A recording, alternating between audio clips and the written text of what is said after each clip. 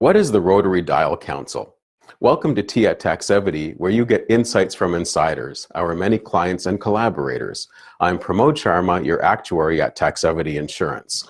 We transfer financial risks with life and health insurance. We have a special guest today. They're all special guests. Who are you and what do you do when you're not being interviewed? Hi, Pramod. My name is Jim Ellis, and when I'm not being interviewed, I'm busily working away as the president and managing director at the Rotary Dial Council. We're a relatively new organization that's dedicated to those of us that are over the age of 50, and we're looking for information and entertainment and engagement, but perhaps of even more particular focus in our case, the word influence, which is something our demographic seems to have lost of late. That's a good point. Where is your office located? Actually, our offices are in Toronto, just the outskirts of Toronto. But frankly, most of our subscribers, they will know us via our online portal or by attending some of our events. Not many will be coming to our offices. Okay. When we were thinking of a title for the interview, you came up with, "But no one is asking me." What was your thinking behind that idea? But it's a bit of a two-step process, Pramod. The first step was realizing that I was starting to talk like my parents, and using the phrases they did. I remember when things used to be much better. The second step was realizing that the people that I was spending time with were also speaking the same darn way, and I guess I hadn't realized that I had moved into the seniors category by breaking over the age of 60. That all said, I began to notice that things weren't necessarily the same. Products were not as focused on me any longer. And some of the major decisions that were going to affect my life in the area of, say, healthcare or government services, these are things that and many of our subscribers who are going to become, if not already, very reliant upon. A number of decisions were being made, and I don't recall anybody asking me what I thought. And nor do they. So while it's true, maybe I'm not doing enough for reading or involving myself in these issues, I couldn't help but start to wonder, for these decisions that are being made on my behalf, such as long-term care or aging at home or pension reform, or even most recently cannabis of all things, where do you go to express your views anymore? And where do you go to be heard? So the major element of the Rotary Dial Council, if you like, is about learning more. It's about being heard and having that influence, or getting some of the influence back that you're really looking for. So how we do that is, along with entertainment and information, we conduct weekly surveys of the subscribers. And we're not talking about 20 to 30 questions of an arduous survey. These are really just 3 or 4 questions per week, probably taking no more than 2 minutes of your time, but it establishes if you like, an ongoing pulse of our subscribers over those issues that are important to them. So long answer, but no one was asking, so we decided to start telling. Okay, that's great. I've participated in the surveys myself, and as you're saying, they are very short, and they're actually interesting too, which is good. Where do the survey results go? Well, it's an awesome question, because we want to make sure our subscribers know that when we ask their opinions, we just don't collect them in a box and they're not provided with any influence at all. We very early on started to establish some affiliations with major academic and research organizations, the very folks, if you like, that governments and other policyholders lean on for the development of those very decisions that are going to have influence on us. So, for example, we're thrilled, if you like, to have aligned with the National Institute on Aging right here in Toronto. The NIA, easier term to say, they're the academic home, if you like, for Canada's senior strategy, which is really the blueprint for Canada's aging population. We couldn't have asked for a better partner, if you like, or a better influence than that.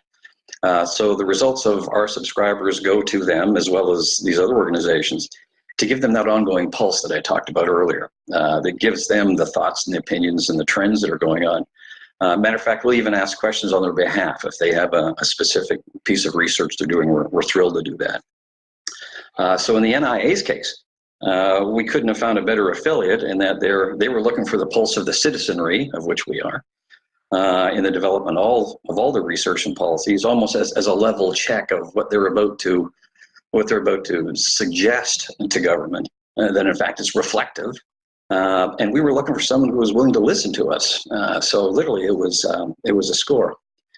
So that's where the surveys go, is to those who are most likely to make use of it, and to put it into the thoughts of those who are the key decision makers on our behalf. Yeah, that's terrific, because it's nice to know that the surveys are being used for research. So, like, as an actuary, I love research and things being done in that way. And when you're affiliated with organizations like the ones you've got, then that's quite powerful. Why are so few questions asked of the over 50 crowd? It's a question. I thought it was only me that was asking it, but so many more of the over 50 group are asking the same question too. The curiosity for all of us is the boomer generation still remains, and I'm a drafted member, by the way, of the boomer generation. Not only are we talking about the wealthiest, if you like, generation in terms of disposable income, but we still have a giant wave of purchasing power that's going to be going on for some decades yet. So why aren't we being paid attention to? Well, apparently part of it is the way that we buy. We're not typically impulse buyers. And we're not necessarily affected immediately by marketing. That said, when we do buy, we go whole hog in. But for many of us who have a bit of a Scottish DNA, we're also big on bargains as well. Part of it is it's tough to market to us. We're not as welded or affected by social media. Not to say that we're not in there, but screams for our attention have a tendency to go a little deaf on us. As far as service organizations go, they really don't have the funding or the resources to do the kind of, if you like, survey work that we're doing. In many cases, they're too busy delivering on the promises that they made. And if anything, I'll use my father's phrase, they're frankly too busy to be clever at any one time right now. So we actually end up, as a result of this, providing a really good service for them all. And like I said, since no one was asking, we've decided we're going to start telling people. We talked earlier about the council surveys. What are some of the things that you've learned by conducting them? Actually, every one of them has been, you know how you have a tendency to expect that you know what the results are going to be. And the reality is that we've actually been quite surprised. Probably the one with the greatest surprise has been a recent one we did on the cannabis laws that changed in Canada. And you have to bear in mind, we're talking about a demographic here that for a great many, were growing up in the 60s, of which cannabis was a staple for some, if you like. So I guess our expectation was dashed when we found out that 75% of our subscribers were totally disfavored to the changes in the cannabis law. We were stunned by that. We were expecting a big hoo-hurrah and a lot of excitement. No, not whatsoever. And the major concern, if you like, from those was the effects of those on the road who might be under the influence of. Reading some of the comments that came from some of the folks, you can imagine some that can't be said naturally on camera here right now, but let's just say that there was enough concern for crazy drivers on the road without let's getting any of them with some weed at the same time.